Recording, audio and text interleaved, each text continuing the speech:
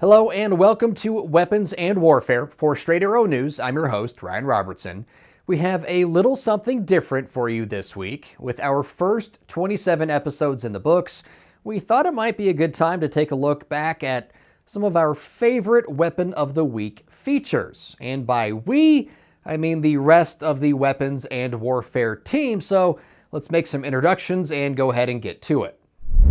We'll start with senior producer Brett Baker, as I always end the show.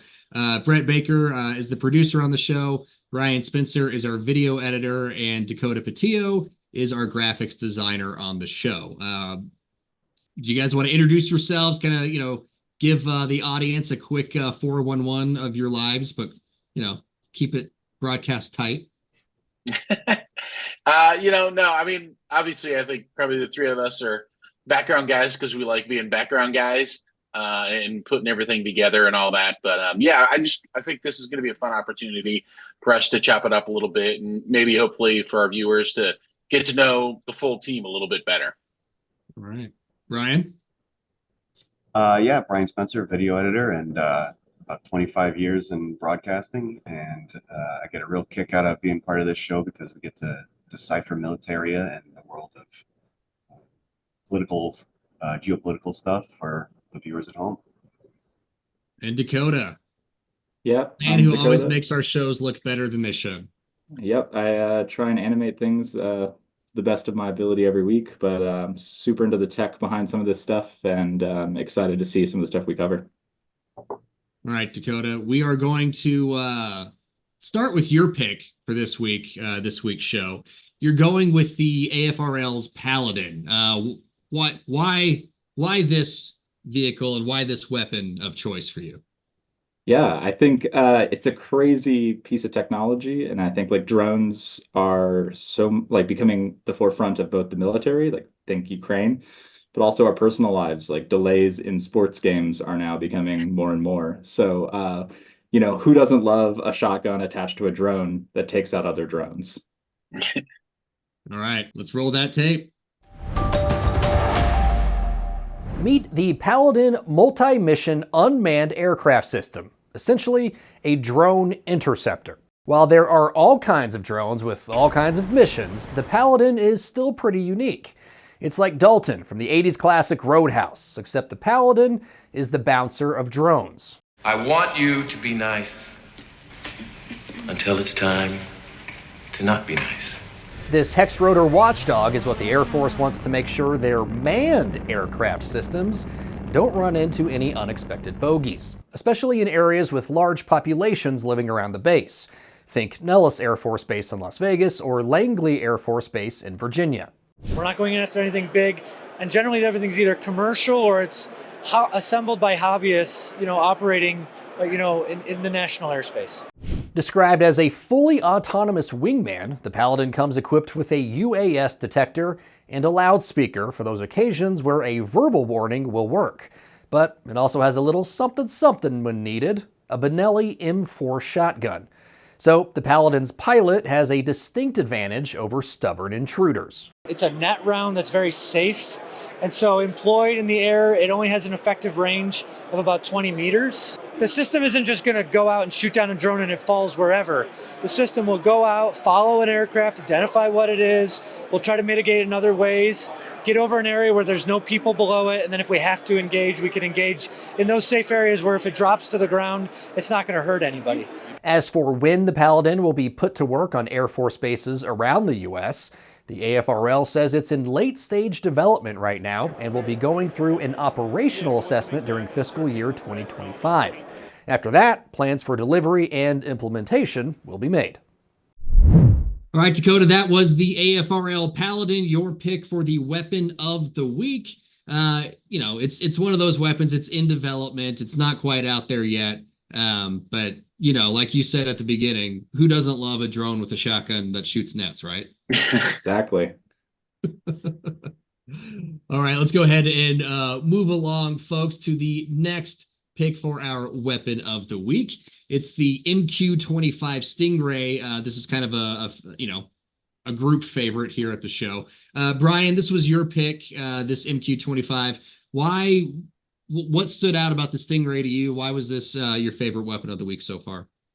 Well, as far as drone and warfare goes, it's pretty easy to strap a missile to it and call it a day. So this one kind of shows some ingenuity, trying to solve a problem at the edge of the war space. And it's a tool, so it's purpose built to be a tool, reconnaissance, and to deliver an actual tangible thing to fighter jets to extend their range. So I really think that's, I think that's really cool that they're thinking outside of destruction for the drones, and it's designed and built in my hometown. So gotta love that part of it. But yeah, I just like the idea that not all drones have to be kill drones. They can be tools, whether it's a ground drone that carries injured soldiers out of the war zone, or the Stingray that can refuel a fighter on the go. All right, well, with that, let's go ahead and take a look at the MQ-25 Stingray. Meet the MQ-25 Stingray, a new aerial tanker. It's sleek, can carry a lot of gas, and it's unmanned. This is what the Navy hopes will help carrier air wings and carrier strike groups maximize their air power. Built by Boeing, the MQ-25 is the result of years of engineering and testing. The project was announced in April of 2018. Boeing released a video at the time. As you can tell, what was imagined and what was eventually built are two fairly similar looking aircraft. Less than 4 years later, the real version of the Stingray headed to sea for its first test aboard an aircraft carrier. We're calling this the Unmanned Carrier Aviation Demonstration, to look at how the MQ operates on the flight deck, both for propulsion testing and our human factors evaluation. This is a historic moment for the Navy and for the Boeing company, because this is the first evaluation that we're making of this vehicle's ability to operate with the fleet. Those tests must have gone reasonably well, because in February, Boeing handed over the first Stingray to the Navy for evaluation. More than just being a flying fuel can for the Navy's F-18s and F-35s, the MQ-25 is also expected to play a role in gathering intelligence, as well as conducting surveillance and reconnaissance missions. For the right to build the Stingray, Boeing beat out General Atomics and Lockheed Martin for an $805 million contract. Providing all goes well, the Navy's deal includes 4 more Stingrays for the fleet, with plans to equip all Nimitz and Ford-class carriers with the ability to operate MQ-25s. All right, that was the MQ-25 Stingray from Boeing, built in your hometown, Brian. We're actually trying to get a tour lined up so that we can see the facility where it's being made. Hopefully it will be exciting enough that the dog behind you will, wake up and be, entertained by this story. But Brian, once again, thanks for your input, and also for the work that you do putting this stuff together. We'll go ahead and keep it moving right along here to Brett Baker, super producer Brett. Brett, when we saw your pick for the weapon of the week, we were at Soft Week in Tampa. I was had lost my voice, but I knew that this was something that was, super awesome. And I was like, we've got to figure out a way to do this. Your pick for weapon of the week is the Bounce Imaging Ball. Tell us why you picked that. One of the things that I thought was really interesting was it was a semi-simple solution to a big problem, putting eyes on a place that guys may not easily be able to do that. One of the cool things was they had the idea for it, and it took them 4 years before they could actually make the technology and the idea work together.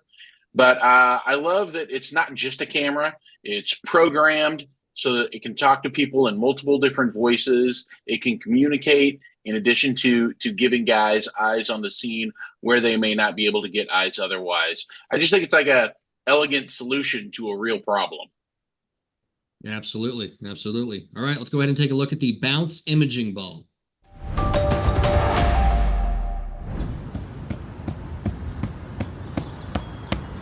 At first glance, you'd be forgiven for thinking this ball was just another toy from a toy box, but you'd be mistaken, because this ball contains some very serious tech. These are 360-degree throwable cameras. They're used in law enforcement, search and rescue, and in the context this week, in special operations. And it's something that you can throw into an environment and get an instant 360-degree view of what's going on to many people so that you can have a better view of what's going on in that space. Like all great ideas, a 360-degree throwable camera packed into a ball took some time to become a reality.